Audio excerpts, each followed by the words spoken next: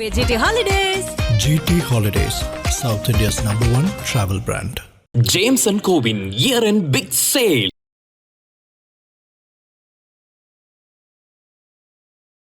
என்ன சொல்கிறது, ஒரு பெரிய டாப்பிக்கு. இந்த 10 மார்க் கொஸ்டின் ஒரு லைனில் கேட்பாங்களே அந்த மாதிரி விஷயம். ஒரு மனுஷனோட குண இயல்பை தீர்மானிக்கிறது ஒரு ஜோதிடத்தை பொறுத்த வரைக்கும் 3 விதமான காரணிகள் தீர்மானிக்கிறது. நிறைய ரிசர்ச் பண்ணி வரக்கூடிய விஷயங்கள் தான் நிறைய பெரிய அறிஞர்களும் பெரிய ஜோதிட ஜாம்பவான்களும் சொன்ன ஒரு விஷயம். பலனை சொல்ல பாம்பை பிடின்னு சொல்லுவாங்க. அப்போ ராகு கேதுக்களுடைய அமைப்பை வைத்து தான் யோசிச்சுக்கிட்டே இருப்பாங்க. சிம்மத்துக்கு வராத விஷயம் யோசிக்கிறது, இதெல்லாம் பண்ணிட்டு இருப்பாங்க. அப்போ சிம்மராசிக்காரன் இப்படி இல்லையே அப்படின்னு நம்ம யோசிக்கும் போது அப்போ எந்த பிளானட் அதை இயக்கிட்டு இருக்கு, எந்த ராசி சிம்மராசியாக இருக்கணும்னு அவசியம் இல்லை, மேஷராசியாக இருக்கணும்னு அவசியம் இல்லை. அவங்க எந்த ராசியில் இருந்தாலும் அவர்கள் ஆளுமை மிக்கவர்களாக தன்னை காட்டிக்கொள்வார்கள். எல்லாரும் எனக்கு அடிபணியணும் அப்படின்ற சூரியனுடைய கேரக்டரை அப்படியே அந்த குழந்தை என்ன பண்ணுது, ரிசீவ் பண்ணி ஆத்மார்த்தமாக பிறந்திருக்கு. அப்போது ஒரு மனிதனுடைய இப்போ ஒருவேளை சுக்கிரன் அதிக பாகை வாங்கியிருக்கு அப்படின்னா அந்த மனுஷன் ரொம்ப கலாரசியனாக இருக்கும், ரொம்ப சொபஸ்டிகேட்டடாக வாழணும்னு ஆசைப்படுறவங்களாக இருப்பாங்க, ரொம்ப அழகியல் சார்ந்து அவங்க இயங்குவாங்க.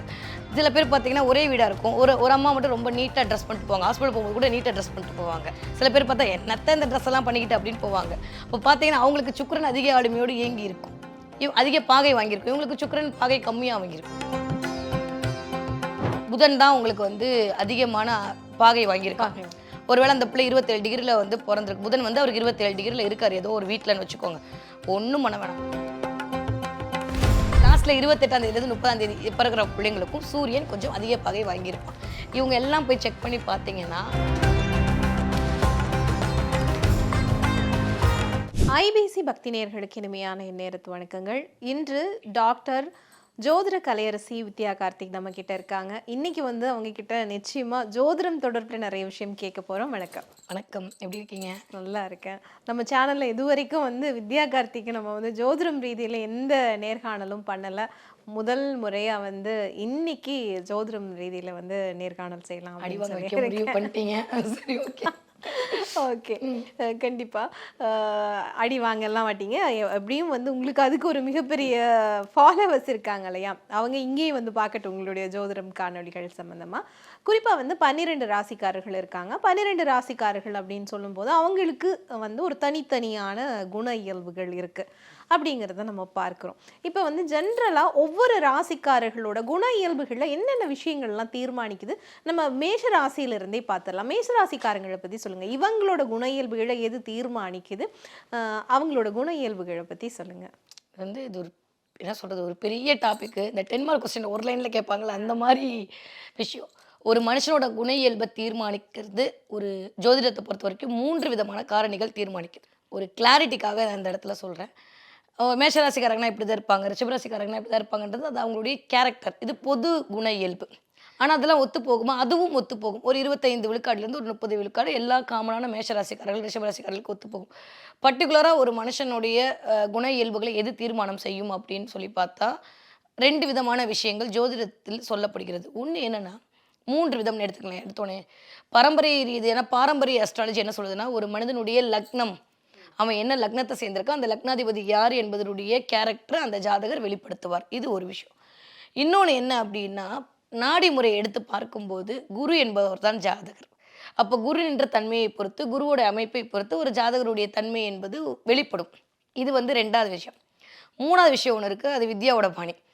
இது மிகப்பெரிய ஆய்வுக்கு பின்னாடி இருக்கக்கூடிய விஷயம். ஆனால் இது நான் தான் அப்படி இல்லை, நிறைய ரிசர்ச் பண்ணி வரக்கூடிய விஷயங்கள் தான். நிறைய பெரிய அறிஞர்களும் பெரிய ஜோதிட ஜாம்பவான்களும் சொன்ன ஒரு விஷயம். பலனை சொல்ல பாம்பை பிடின்னு சொல்லுவாங்க. அப்போ ராகு கேதுக்களுடைய அமைப்பை வைத்து தான் ஒரு மனிதனுடைய வாழ்வியலில் இன்ப துன்பங்கள் தீர்மானம் செய்யப்படுகிறது. இதுதான் ஃபிக்ஸட். அவங்க எப்படி தான் இருந்தாலும் சரி, இந்த ராகு கேதுகள் எந்த கிரகத்தோடு சேர்ந்திருக்கிறதுன்றதை பொறுத்து அவங்களுடைய ஆசை இருக்கும். ஏன்னா ஒரு மனுஷன் அப்படின்னாலே அவங்களுடைய என்ன அப்படின்னா 6ஆம் அறிவு தான் மனிதர், கரெக்ட்? இப்போ இந்த 6ஆம் அறிவுன்றது என்னது? அவங்களுடைய சிந்தனை, அவங்களுடைய செயல்பாடு, அவங்களுடைய உணர்வியல், உணர்ச்சி வெளிப்படுத்தக்கூடிய விதம், இதெல்லாம் தான் இந்த 6ஆம் அறிவு. இதெல்லாம் கொடுக்கக்கூடிய ஒரு பிளானட் யாருன்னா அது ராகுவும் கேதுவும் தான். அதுதான் பூமியினுடைய சாயா நிலைகள். எல்லா கிரகத்தினுடைய தன்மையும் தன்மையப்படுத்தி வைத்திருக்கக்கூடியது ராகு கேதுகள் தான்.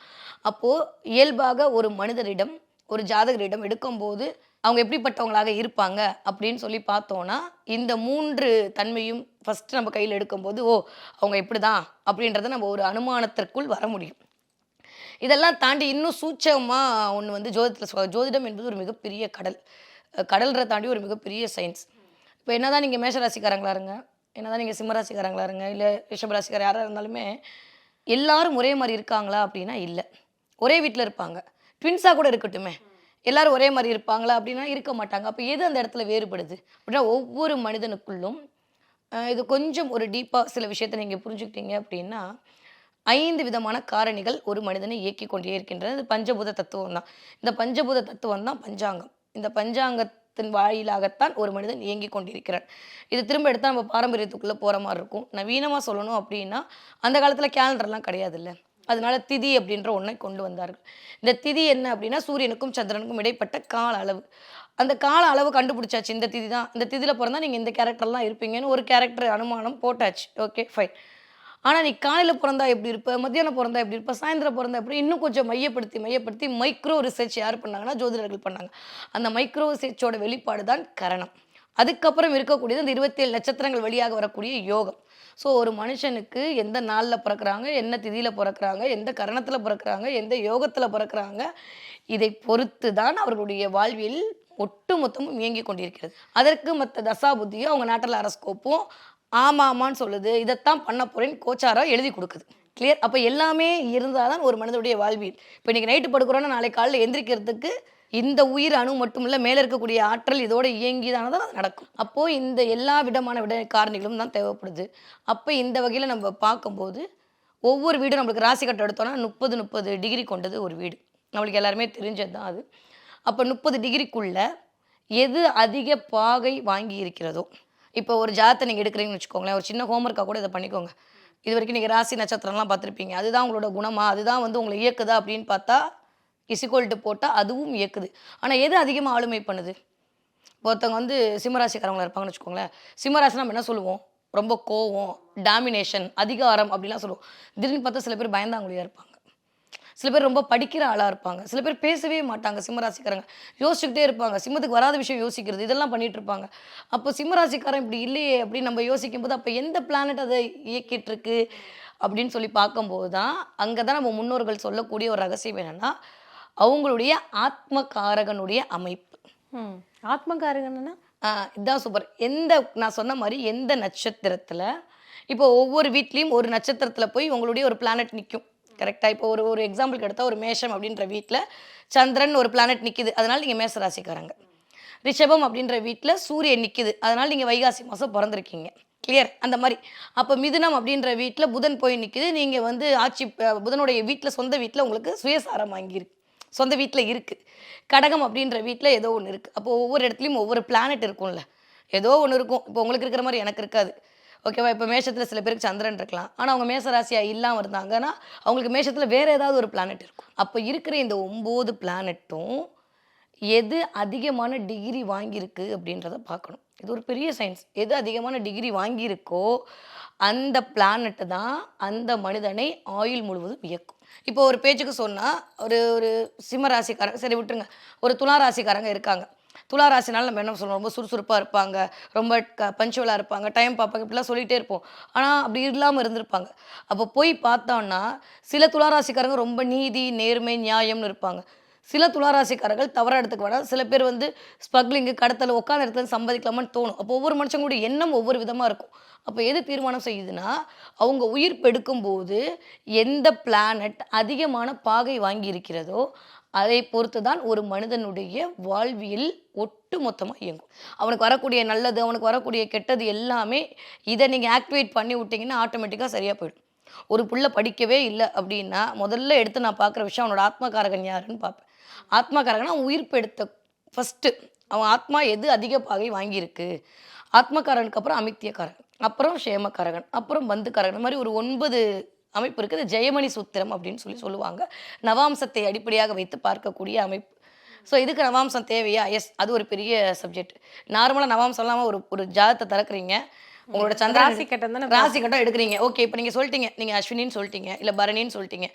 பரணியில் எத்தனாவது பாதம் இப்போ அஸ்வினி 3ஆம் பாதம் அப்படின்னா அது என்ன டிகிரியில் வரும்? 8லேருந்து 9க்குள்ள வரும். ஏன்னா 10 10 பிரிக்கப்பட்டது தான் நம்ம சொல்லியிருக்கோம் இல்லையா? அப்போ என்ன டிகிரியில் வரும்? 10 டிகிரியில் வருமா? ஓகே. 4ஆம் பாதம்னா 12 டிகிரியில் வரும். அந்த மாதிரி ஒவ்வொன்றுக்கும் 3.25 டிகிரி ஒரு பாதம். ரொம்ப ரொம்ப யோசிக்கணும். 3.25 டிகிரி ஒரு பாதம். அப்போ மொத்தமாக 9 பாதமாக சேர்ந்து 30 வீடுகளாக அது பிரிக்கப்பட்டிருக்கு. அப்போ இந்த வீட்டில் எந்த நட்சத்திரத்தில் எவ்வளவு பாகை வாங்கி இருக்கிறதோ, இது நான் தான் சொன்னேன் ஆரம்பிக்கிறது பெரிய மேக்ஸுங்க. சும்மா உட்காந்து நீங்கள் சொல்கிறதெல்லாம் தப்பு, நீங்கள் அதை பேசுகிறீங்க இதை பேசுகிறீங்கன்னு அஸ்ட்ராலஜர் எல்லாருமே போட்டு போயிடலாம். சாதாரண கணக்குக்கே விழி பிதுங்கி போயிடும். உட்காந்து பார்க்குறது ரொம்ப ரொம்ப கடினமான விஷயம். அப்போ அதுதான் உங்களை இயக்கும். இப்போ படிக்கிற குழந்தைக்கு முதல்ல எடுத்து பார்த்தா ஒருவேளை அந்த குழந்தை ரொம்ப சேட்டை பண்ணிட்டே இருக்கான், படிக்கவே மாட்டேங்கிறான் அப்படின்னா எடுத்து பார்த்தா அவனோட புதன் தான் இருக்கிறதுல லோவஸ்ட் டிகிரி வாங்கியிருக்கும்.